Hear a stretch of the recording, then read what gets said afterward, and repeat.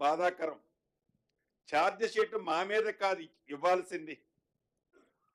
10 సంవత్సరాలు పరిపాలించిన మీ ప్రభుత్వానికి హాస్పిటల్లో ఒక పేషెంట్ జాయిన్ అయితే, హాస్పిటల్లో ఒక పేషెంట్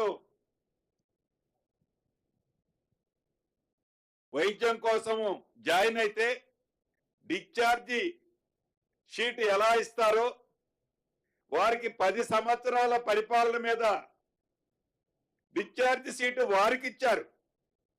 ఇచ్చే సంవత్సరం కాకముందే అప్పుడే ఈ ప్రభుత్వం మీద వారు అధికారంలో ఉన్నప్పుడు చేసిన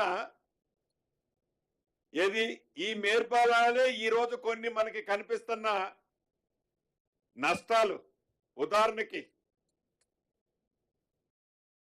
హాస్టల్స్ బాట పడతాం, రెసిడెన్షియల్ స్కూల్ బాట పడతామని చెప్పారు. అంతకంటే ముందు వరికల్లాలు బాట పడతామన్నారు. వరికల్లాలు బాట ఇల్లు పట్టక ముందే రైతుల ఇళ్ళకి ఎలాంటి సమాధానం చెప్పారో చూశారు. ఇవాళ రైతులు ఎంత హ్యాపీగా ఉన్నారో చూశారు. ఎమ్మటే ఆ వరికల్లాల బాట మానేశారు. ఇప్పుడు హాస్టల్స్ బాట పట్టారు. అసలు హాస్టల్స్ బాట పట్టి హాస్టల్స్ లో ఈ రోజు జరుగుతున్న ఇబ్బందులకు అసలు కారకులు ఎవరండి? హరీష్ రావు గారు, మీరు మీ ప్రభుత్వం కాదా? 10 సంవత్సరాల పరిపాలన కాదా? ఏనాడైనా ఆ పేదవాడి పిల్లోడో పాపో ఆ రెసిడెన్షియల్ స్కూల్లో చదువుతుంటే అది కోళ్ల ఫారం అయినా కావచ్చు, పాత మిషనరీ పీకేసిన రైస్ మిల్లులు కావచ్చు, మీరు నడిపిన రెసిడెన్షియల్ స్కూల్స్ ఒక పర్మనెంట్ స్ట్రక్చర్ ఏర్పరచాలనో, ఆ పేద పిల్లలకి మంచి డైట్ ఛార్జీలు ఇవ్వాలనో, ఆ ఆడపిల్లలకి కాస్మెటిక్ ఛార్జీలు ఇవ్వాలనో ఏనాడైనా 10 సంవత్సరాల్లో మీకు ఇంజెక్టర్ జ్ఞానం ఉండి ఆలోచించారా? ఈనాడు అటువంటి హాస్టల్స్ కి సంబంధించింది పోరుబాట పట్టే రైట్ మీకు ఎక్కడది? 10 సంవత్సరాల్లో మీరు ఒలకబెట్టింది ఏంటి, ఒరగబెట్టింది ఏంటి? సంవత్సరం పూర్తి కాకముందే మీ ఆలోచన ఎట్లుందంటే, ప్రభుత్వం ఏర్పడిన మొదటి 10 రోజుల నుంచి ఇదే క్యాసెట్. మీరు కనీసం ఒక 3 సంవత్సరాలు టైం ఇచ్చుంటే మేము చేయలేదని అంటే ఒక నమ్మేవాళ్ళు. నిజంగా ఈరోజు మీ ప్రవర్తన చూస్తుంటే, దొంగిలించి వాడెవడో ఉరుకుతుంటే వాడిని దొంగ దొంగ అని మళ్ళీ నేను చెప్పిన సామెతగా ఉంది వాళ్ళ ప్రవర్తన. వారి పింక్ మీడియా ప్రింట్ చేస్తున్న వార్తలు చూస్తుంటే ఇంకొకటి కూడా అన్నట్లున్నారు, తొక్లక పాలనని. ఎవరిది తొక్లక పాలన? ఎర్రవెల్లి ఫామ్ హౌస్ లో నడుపుతున్నది తొక్లక పాలన, లేకపోతే సెక్రటేరియట్ లో నడుపుతున్నది తొక్లక పాలన? 10